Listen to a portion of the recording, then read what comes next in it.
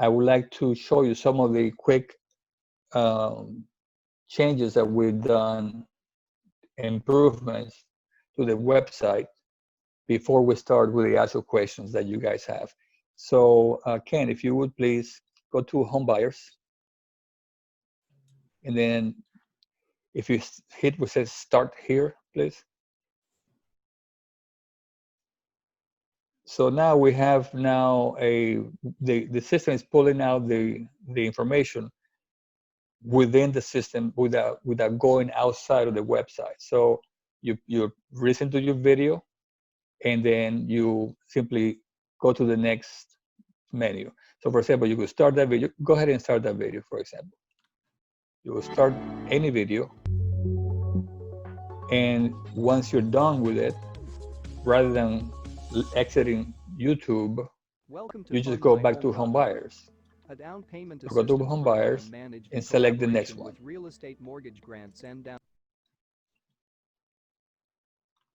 And that's how it will work. So this way you don't have to get lost or entertained or distracted by YouTube.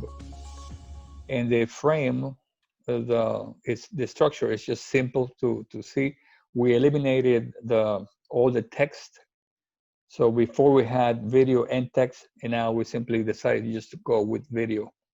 So go to the next. It will be now the onboarding call. We know we're gonna make some changes to that too. So we don't have to worry about that now, Ken. But see that one still is taking it to YouTube. So cancel out of that.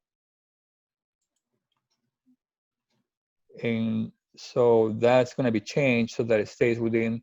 And we have home buyers frequently asked questions. You can press on there real quick. So here we had it where it had text also.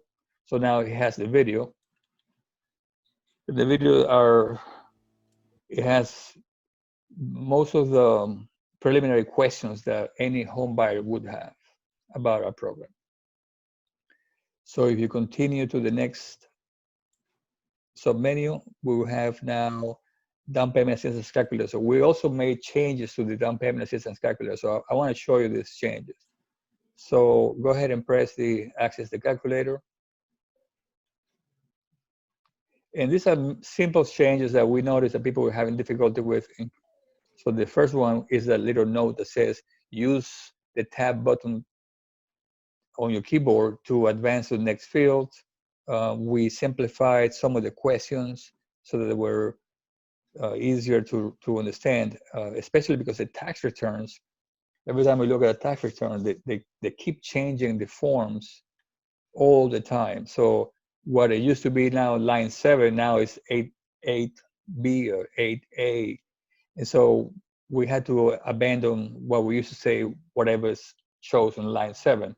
So we just simply have to tell you is that you enter whatever is your gross adjusted income. So you're gonna have to find it by reading your tax return. So it says this is your adjusted gross income, and that's what you're going to enter. Because they keep changing which lines it is, 7, 8.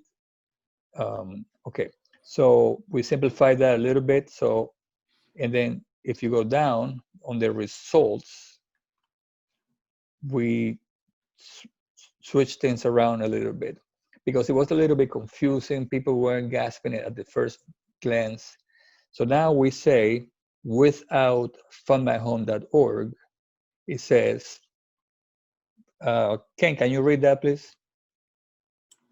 Yes, without fundmyhome.org, the appropriate down payment needed from anyone to purchase a home valued at $300,000 is $10,500.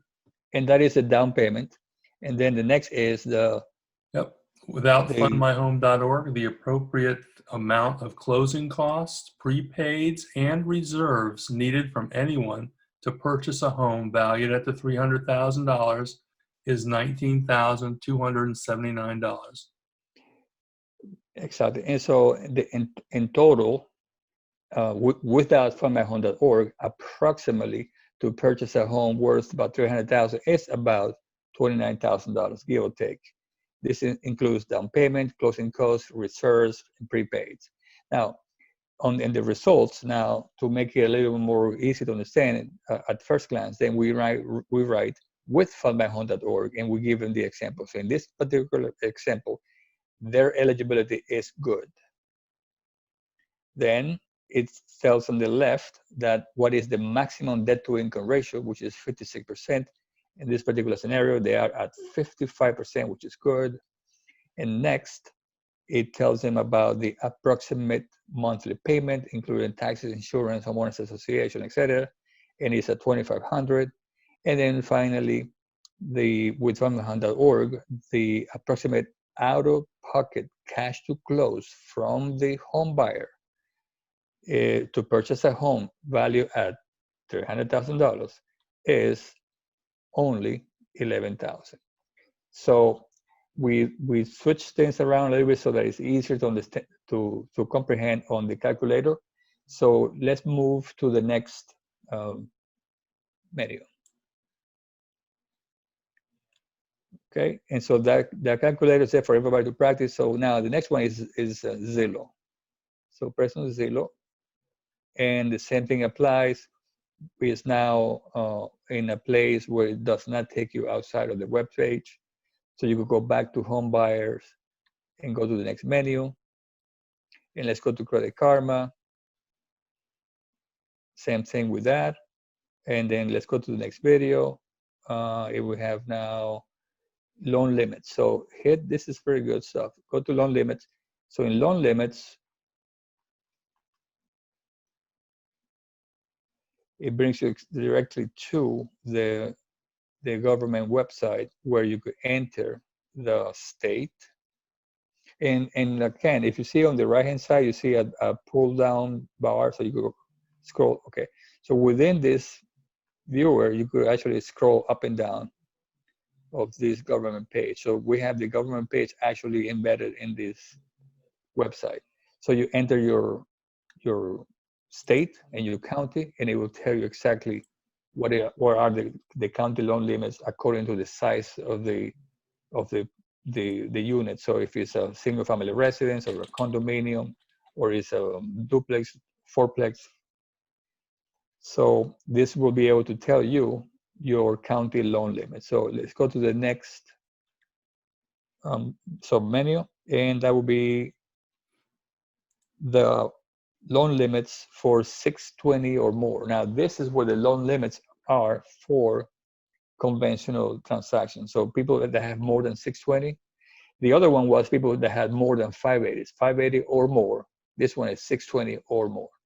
So here you'll find how to get the loan limits for people that have more than 620. So if you press there for a moment on the image, it will take you to this site.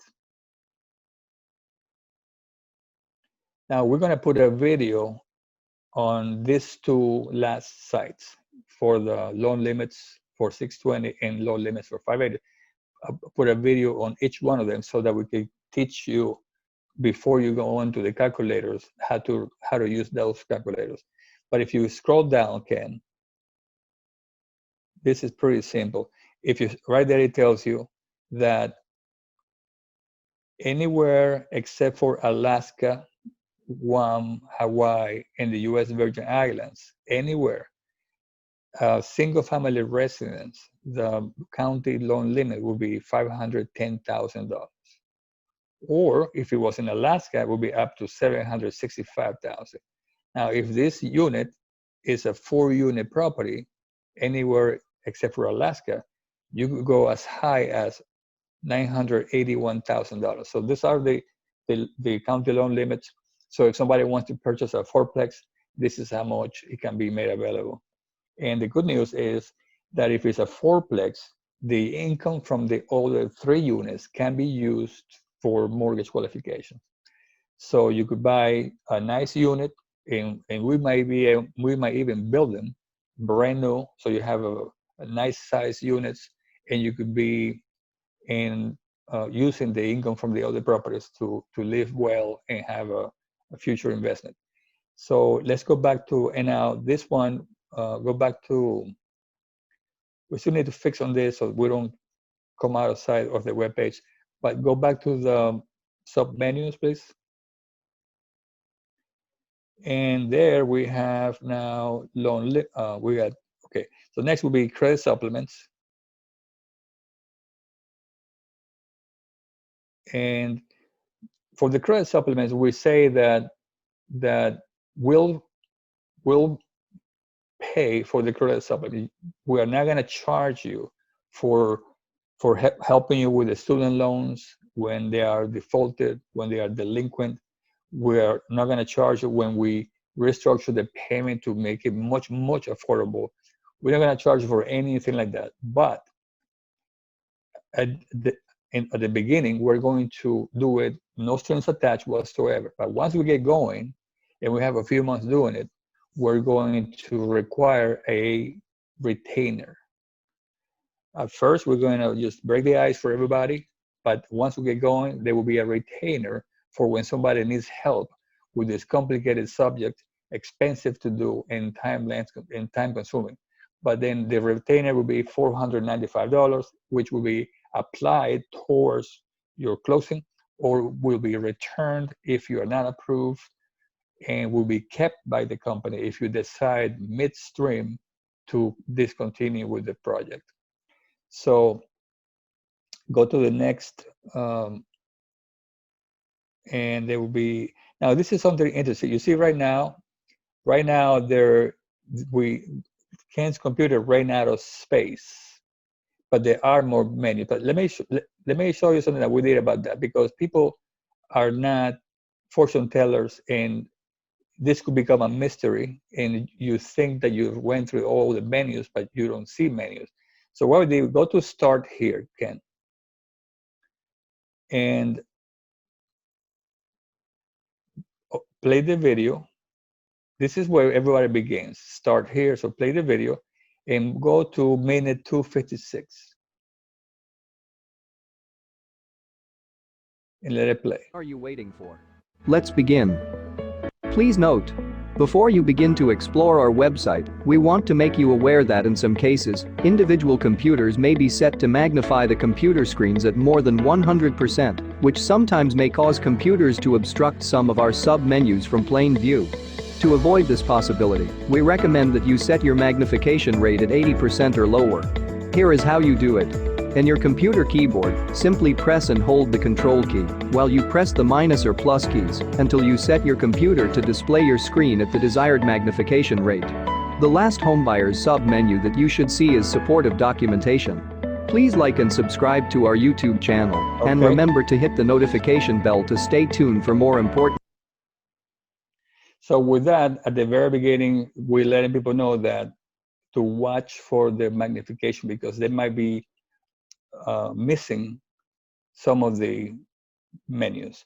So I think that's very important, because a lot of times people don't even realize that they're missing, and then it becomes a mystery. Nobody knows what they're saying, but I can see it, but I don't see it, and it becomes kind of interesting. Okay.